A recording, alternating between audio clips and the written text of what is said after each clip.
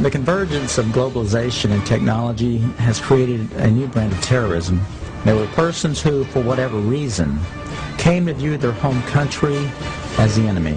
The kind of right-wing, religious-based domestic terrorism. Disturbing news tonight about homegrown terror. Part of this is big change in the White House, a new cultural experience, and some of the crazies are coming out of their closet. Right now, it looks like there is no connection between the men arrested and any known terrorist cell. Homegrown. Yeah, homegrown, I should say.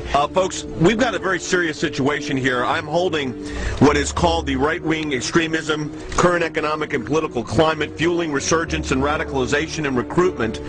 And in it, we talked about the fact that they define pro-lifers as domestic terrorists. They put this in a Department of Homeland Security document, this official assessment, now saying pro-lifers, people that believe in end-time prophecies, people that are opposed to the administration's position on immigration, those of us that are standing up for the sanctity of life and for the sanctity of marriage, all of those are now potential, and this is what they're saying, domestic terrorists. It's a terrorist next door that could be our bigger threat. They call people who believe in the sanctity of life, who believe in owning firearms, who believe in serving their country in the military and coming back, who are very concerned about the policies that this nation is embarking on, spending too much money, taxing too much. It's all listed right here.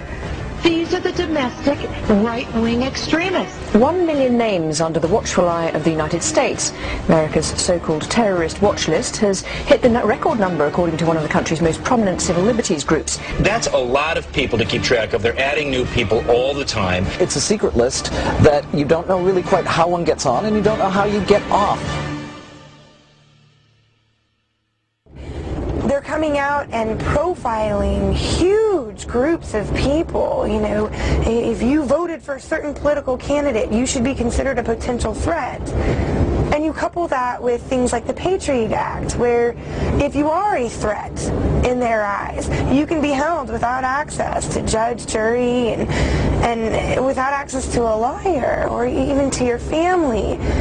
That's very concerning because we've watched our country go through and do this to brown people, you know, overseas. They're rounding up enemy combatants and they're putting them in camps and they are torturing them. That is a fact. We know that. In Missouri, a new document meant to help Missouri law enforcement agencies identify militia members or domestic terrorists has drawn criticism.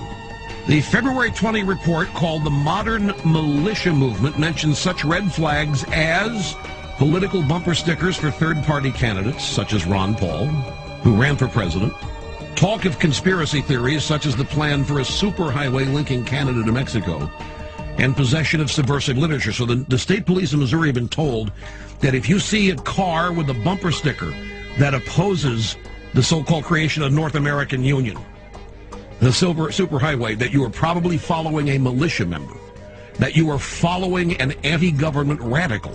If you see a car with a bumper sticker that says Ron Paul for president, you might be dealing with a violent radical. Exercise extreme caution.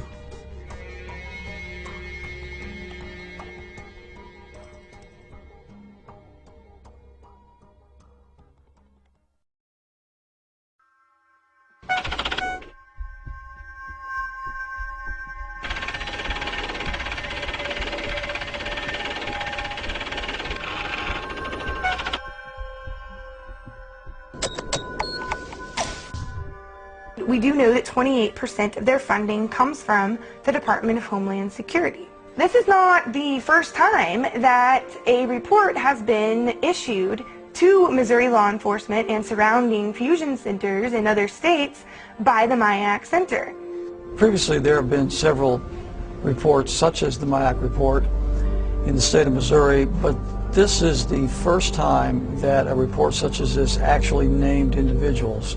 Once you label someone in a derogatory manner, an extremist, a potential militia member, terrorist, whatever term is used, for some people the moniker will remain. Before you can persecute people, before you can incarcerate large numbers of people, you have to marginalize them. You have to create the image that these people are dangerous to society, or they're extremists or radicals, call them what you will. but marginalize them from the mainstream of society so that at that point the rest of society will accept the persecution that might result upon this group. It's been an age-old strategy that's worked in every totalitarian regime in the history of the world, and that's why we're concerned here in the United States when we see this kind of marginalization going on about people who voted for Ron Paul or people who voted for Chuck Baldwin. Now, why are they being marginalized? Why are they being singled out as a potential danger to society? And I think it's shades of the strategies and tactics of totalitarian regimes in history past, and that should never happen in this country. The people in Washington, D.C. haven't represented what was on the American people's minds for a long, long time. They are the most disassociated, discombobulated, disconnected people on this planet. And they necessarily had to do that for all the violations of the Constitution that they've done. Just how far are you willing to go before you stand up and say no more to the federal government?